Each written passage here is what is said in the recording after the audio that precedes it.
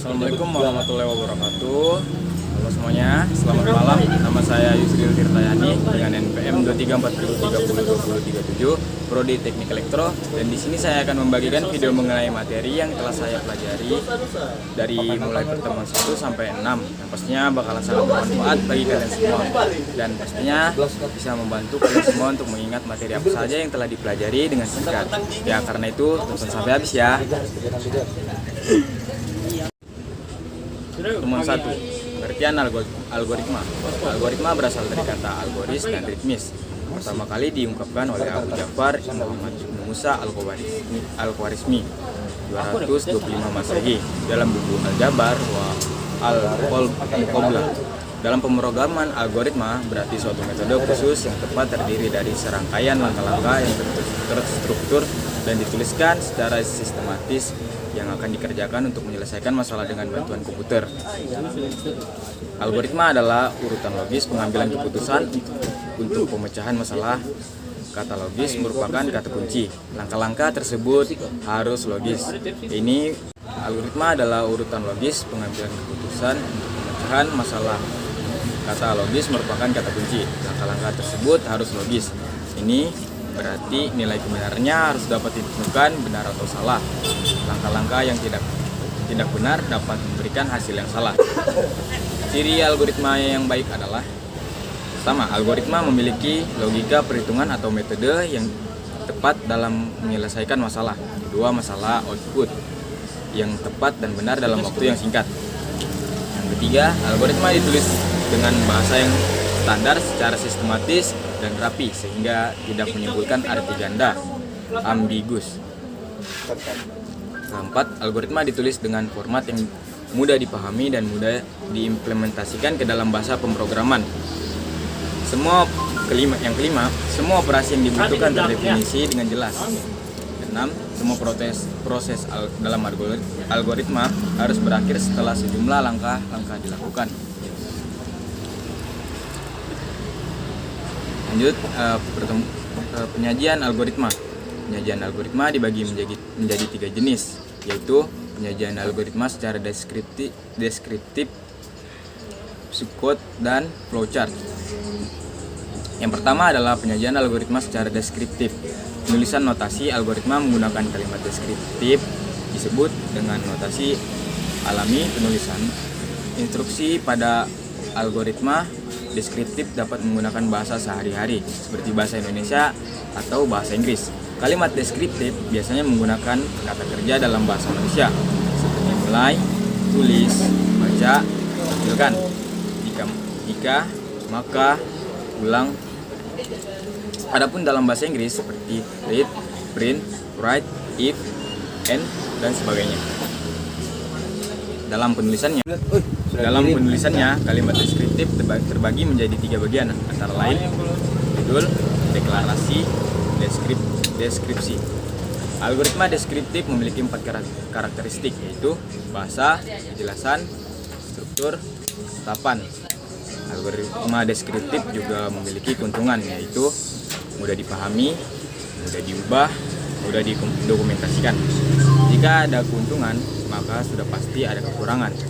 Nah, algoritma deskriptif juga memiliki kekurangan, yaitu kurang ringkas, kurang presisi, dan kurang efisien. Adapun contoh dari algoritma deskriptif, misalnya algoritma menentukan bilangan terbesar dari 3 bilangan, atau dalam kehidupan sehari-hari kita dapat menemukan contoh algoritma deskriptif. Misalnya algoritma memasak nasi goreng ataupun algoritma menggosok gigi. Yang kedua, penyajian algoritma secara psukot.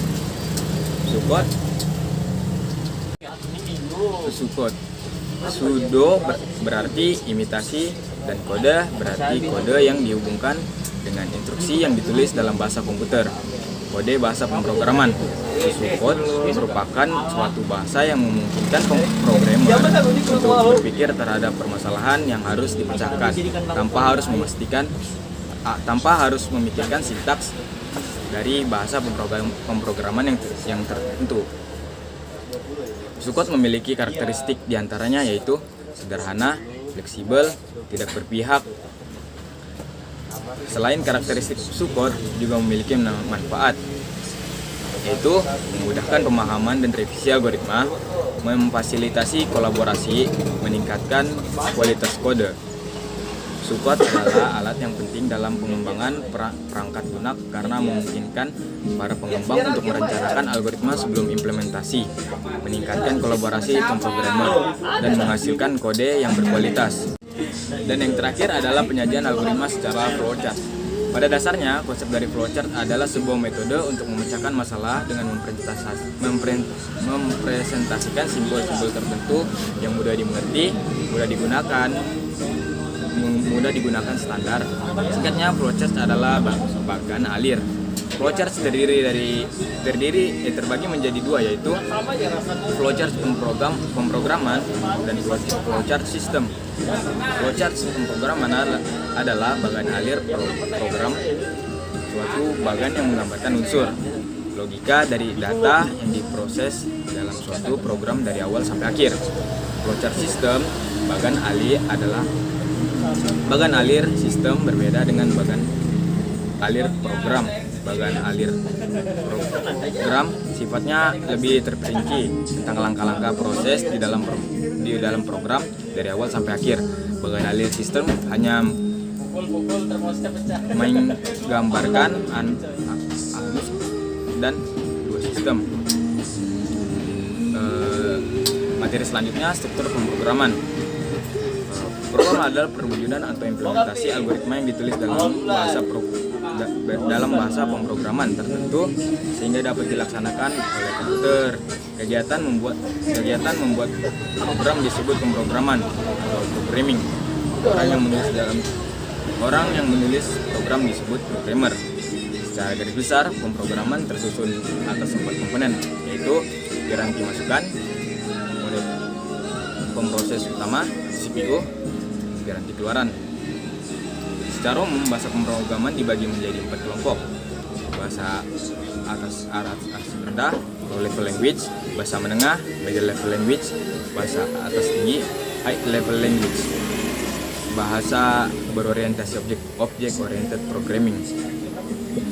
Agar komputer dapat memahami bahasa pemrograman, maka dibutuhkan suatu penerjemah, yaitu interpreter dan compiler. Untuk menyelesaikan masalah dalam pemrograman dibutuhkan langkah-langkah penyelesaian, yaitu mendefinisikan suatu masalah, membuat algoritma dan struktur penyelesaiannya, dan yang terakhir membuat perhitungan. Sebuah program yang baik harus ditulis dengan baik sesuai dengan standar penilaian yang terdiri dari standar teknik pemecahan masalah ada 2, yaitu teknik top down dan teknik bottom up. Mencari kesalahan ada 2, yaitu kesalahan sintaks dan kesalahan pelaksana standar penyusunan program. Kemudian input dan output. Input dan output yang dimana input dan output merupakan hal yang penting dalam algoritma manapun pemrograman. Input artinya meminta data yang diperlukan dari user algoritma menggunakan kata kunci read dan menginput data yang dapat diinput berupa integer, real, char, string. Output artinya mencetak informasi yang dihasilkan oleh algoritma untuk algoritma menghitung luas persegi panjang. Algoritma tersebut memiliki satu output yaitu persegi panjang. Algoritma pada umumnya menggunakan kata kunci write untuk mencetak suatu data. Kemudian tipe data. Tipe data adalah sebuah komponen dari potongan data yang memberikan sinyal pada komputer terkait cara mengartikan data tersebut. Singkatnya, tipe data digunakan untuk menentukan nilai suatu objek yang terdapat dalam sebuah sistem pemrogram, atau lebih spesifik, tipe data ini merupakan tempat penyimpanan dari sebuah data yang dapat berisi nilai atau tipe tertentu. Macam-macam tipe data. Tipe data yang pertama, integer, bilangan bulat.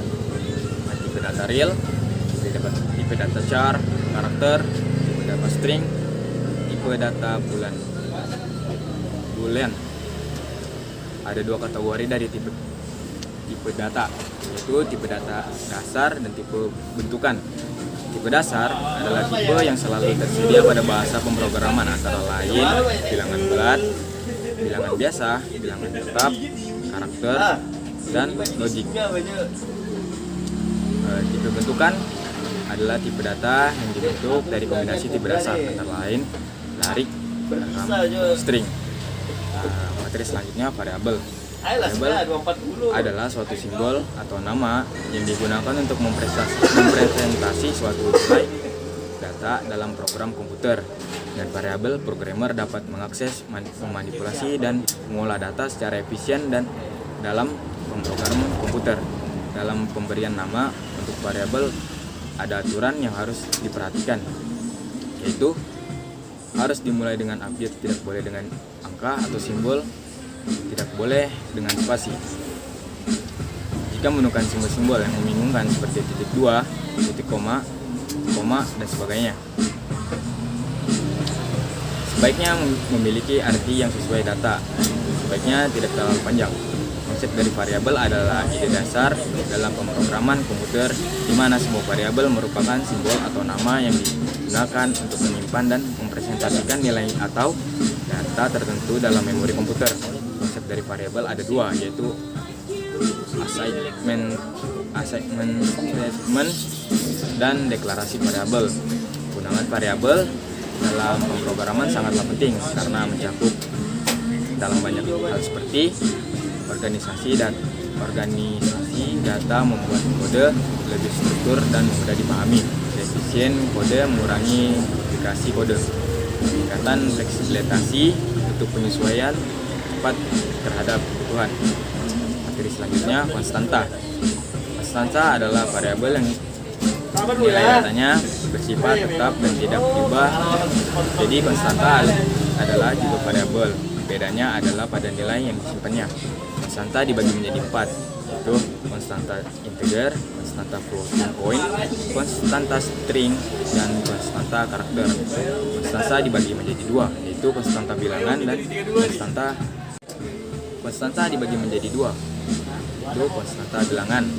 Konstanta bilangan dalam pemrograman C++ dibagi ke dalam 3 kelompok, yaitu ada yang pertama konstanta bilangan bulat, konstanta desimal berpresisi tunggal floating point, 3 konstanta di desimal berpresisi ganda, konstanta teks.